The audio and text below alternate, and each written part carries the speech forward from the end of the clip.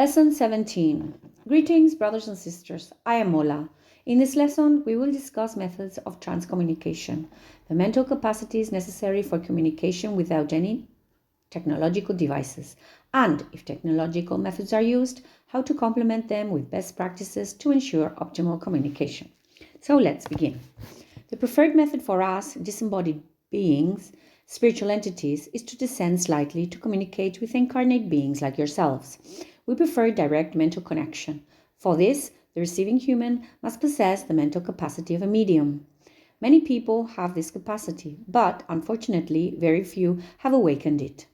Awakening it is usually easy or difficult depending on the individual. Generally, it is easy, but many people like yourselves who do not wish to communicate are afraid or are ignorant, believing it is not real. You are mistaken. Your ego is deceiving you. The ego wants them to remain silent, to not know the truth, to not evolve. The ego, controlled by feelings, produces frustration, fear, and anger. Everything they cannot see at first glance produces hatred. Everything they cannot see with their own eyes. There is a select group of people who don't think this way, and who believe that reality is not only what is seen or touched. These people, who tend to reach perception more easily, often do so from birth. In that case, only a certain amount of life experience is needed to awaken it. In every case, it's different, but it all begins with a desire to communicate with us, and the process accelerates rapidly until it is achieved. Obviously, certain conditions must be met, but everything depends on the person, their intrinsic abilities, and their desire to evolve. Some cases are faster and some are slower, but we all hope they reach the same end, to communicate with us, to feel the Father's energy within themselves, and to be able to help others. That should be the ultimate goal. If someone is unable to communicate with us, they can always follow the process I explained earlier to communicate with their spiritual teacher. In many cases, it works, though not at the level of a medium. It will never be as powerful. The communication won't be as long as it is with a medium, and those unaccustomed to handling so much mental energy for communication will be affected by fatigue. But if they communicate with the spiritual teacher for a sufficient amount of time, that more than makes up for it and produces the desired effect. Little by little, the energy will increase, the time available will increase, and the communication will become much more accurate. The ego will lose its effectiveness and lies will disappear from the communications. The process to follow, as I explained earlier, for speaking with your spiritual master or other spiritual entities usually takes longer. The mental synchronicity with the spiritual master is usually strong. The master takes care of that compatibility. Speaking with another spiritual entity requires more effort. Now let's move on to methods that use technology. There's not much more to say about this. It depends on each person's ability. The methods that use technology, the most familiar to you are psychography, the Ouija board, also familiar to you of course, communication through tarot cards, and any other divinization method, such as using crystal ball, etc. These are simply instruments that the unconscious uses to unlock the capacity. And in that case, the unconscious communicates with the conscious mind, and communication occurs. The quality of this communication depends on the individual conducting it and the spiritual entity communicating with that person. Ideally, for a Ouija board session, let's begin with this method of communication. The group of people seated around the table should be compatible. Their mental capacity is complementary. There can be one medium, two, or even three, but none should try to dominate the thoughts of the others. They shouldn't allow the energy to flow. If the session is of good quality, the energy will flow from the medium to the other members and from the other members to the medium. There is usually one medium who occupies a central position in the communication. When there is more than one medium, if the compatibility between them is very good, they will work well together. This is ideal. There should be no conscious or mental arguments between them. Their energy should be compatible, and thus the communication will be effective, lasting much longer at a very high quality. The communication process works best through the Ouija board when no one takes it lightly. If someone takes it lightly, if their mind isn't focused on the task, or if they are thinking negative thoughts about others, it will be difficult. Through the Ouija board, communication with incarnate beings is also possible. Besides the spiritual entities you already know, both positive and positive entities easily enter the medium. The medium knows what to do to control the situation, understands the atmosphere surrounding the session, knows the number of spirits wanting to enter, and how they fight in the queue. The medium can't usually act as a referee. It's too much work. That task falls to what you call the gatekeeper spirit, who controls access to the session. It's not easy for them either, because there are often clashes between the entities trying to enter. There are many arguments, they all want to communicate, and it's usually quite chaotic.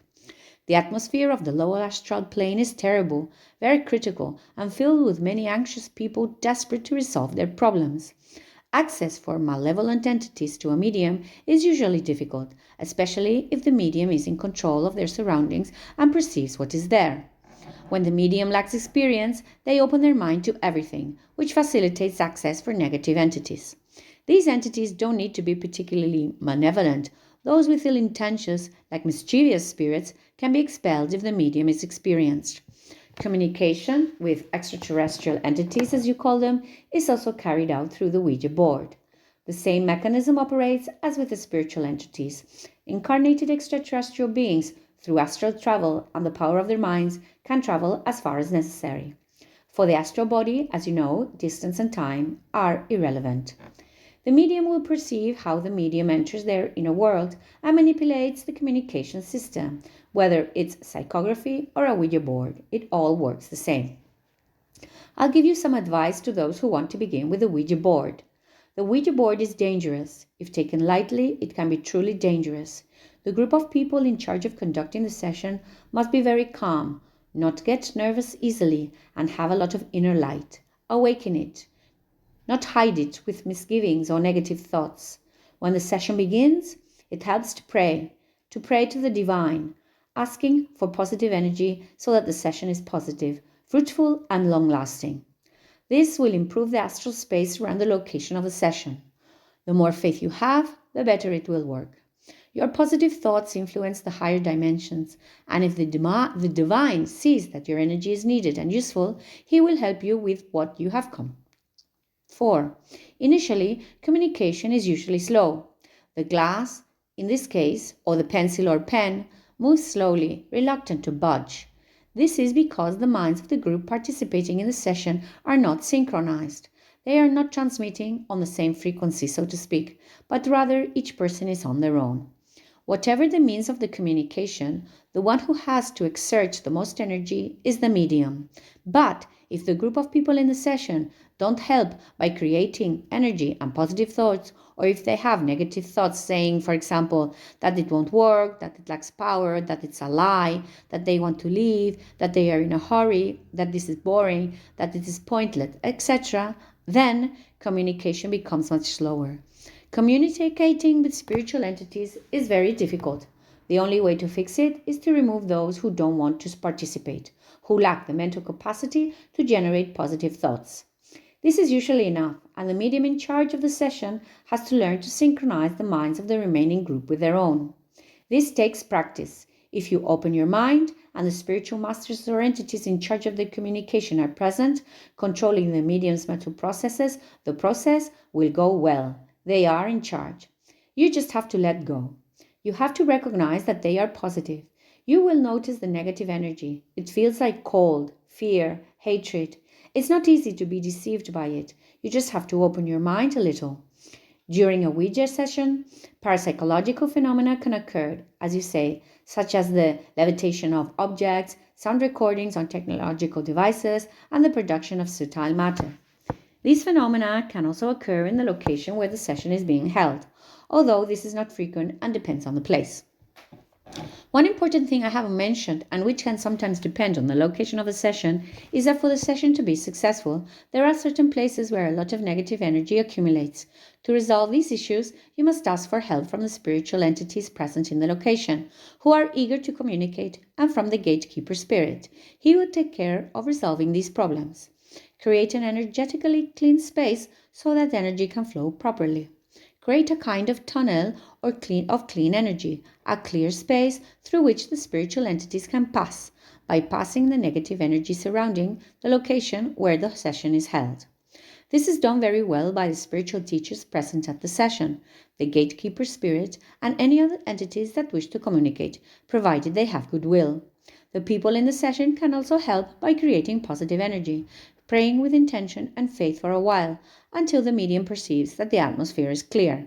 Then the medium will say, "There is someone inside who wants to communicate," and will feel something enter them.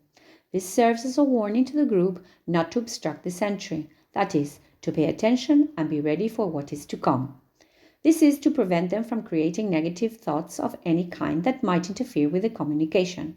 Once all of this has been achieved, the communication begins and flows smoothly. The same applies to psychography.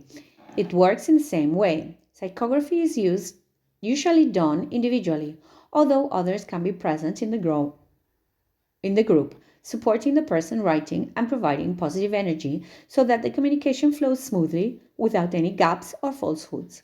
It requires practice, and the person communicating needs to have a certain mental capacity, a certain openness, and the willingness to allow the entity to enter. In this case, I repeat, they must be vigilant to prevent any negative entities from entering. Now we can begin with the technological means of communication.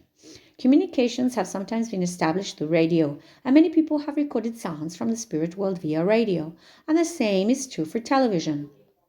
When sound is recorded, it can be recorded directly, or sometimes the listener hears it directly without any intermediate recording. Images sometimes appear suddenly on the screen, though this is infrequent and depends on specific locations and the presence of a certain energy level. Similarly with radio, where the sounds are heard directly, it's often difficult to achieve and depends on the location and the energy present. The easiest method for those of you starting out with transcommunication is to use the EVP, electronic voice phenomena. Initially, this was done by recording on a device with magnetic tape.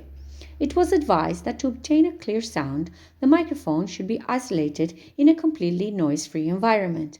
The listener would then formulate a question, which would be recorded on the tape, and a certain amount of time would be allowed for the spiritual entity to speak.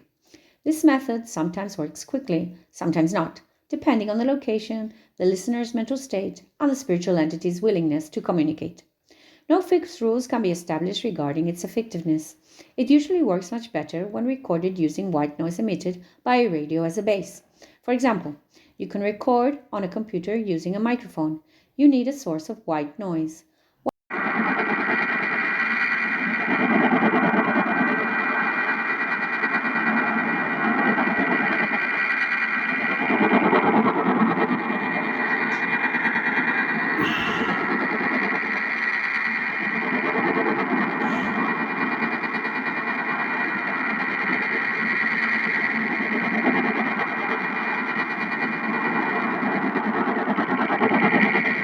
White noise is the noise generated by your radio when there is no specific station playing.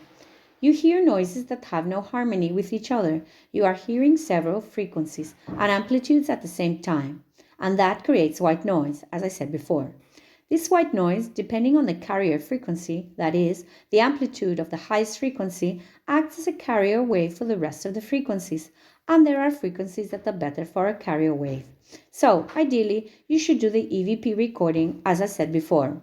Recording on a technological device creates white noise, and this white noise is simultaneously recorded on the device, lowering the volume until the listener feels comfortable. If the white noise is at the appropriate level, the spirit will have enough strength to communicate. The spirit uses this energy from the white noise as a power source, resulting in a much higher quality and more powerful EVP. If you have a computer, you can view the waveform and thus determine where the EVP originated. You can then apply various filters to the sound to produce a high-quality, crystal-clear audio. I advise against recording EVPs too long because spiritual entities typically don't have much time to communicate. They move from place to place, and the little energy they possess is used up in the EVP recording. This is because they are spirits of the lower astral plane, and they are usually very low on energy, very lost, filled with hatred, and want to leave the lower astral plane. You can generate white noise yourselves with wave generators. Depending on the location, there is an optimal wave frequency. For each place, this optimal optimal frequency generally acts as a carrier wave. There's no fixed rule about what frequency to use in each location, but generally, in places with a lot of telluric energy, it tends to be a high frequency, even bordering on ultrasound. In places where bad things have happened, caused by humans or nature itself, there have been many deaths. And in certain places where there is telluric energy, but negative energy, the frequency tends to be lower. It depends on the specific location. Now we can move on to psycho-images. Images of spiritual entities can be recorded on a technological medium such as a screen by connecting a camera in a closed circuit. A final feedback phenomenon occurs, and due to this feedback, the signal of the same type is amplified, with only slight changes in frequency, and thus the spiritual entity can be seen. It can be amplified by introducing a certain type of energy into the image, such as white image, for example, something like a white card or a sheet. This amplifies the signal and is used as an initial sample to start the process. It is also advisable to record for a short time, and the process is best done with a computer because it can be easily paused frame by frame. It depends on the energy level of the spiritual interlocutors. If the energy is low, it will appear quickly and for only a few frames. If they are very powerful and numerous, they will appear for a long time. Other possible technological means would be using a computer or any method that generates randomness. These spiritual entities can interact with the computer. If the energy is sufficient, they can change the randomness of the numbers and produce a certain orientation, which would be sufficient for communication. That is all. Until next time, brothers and sisters.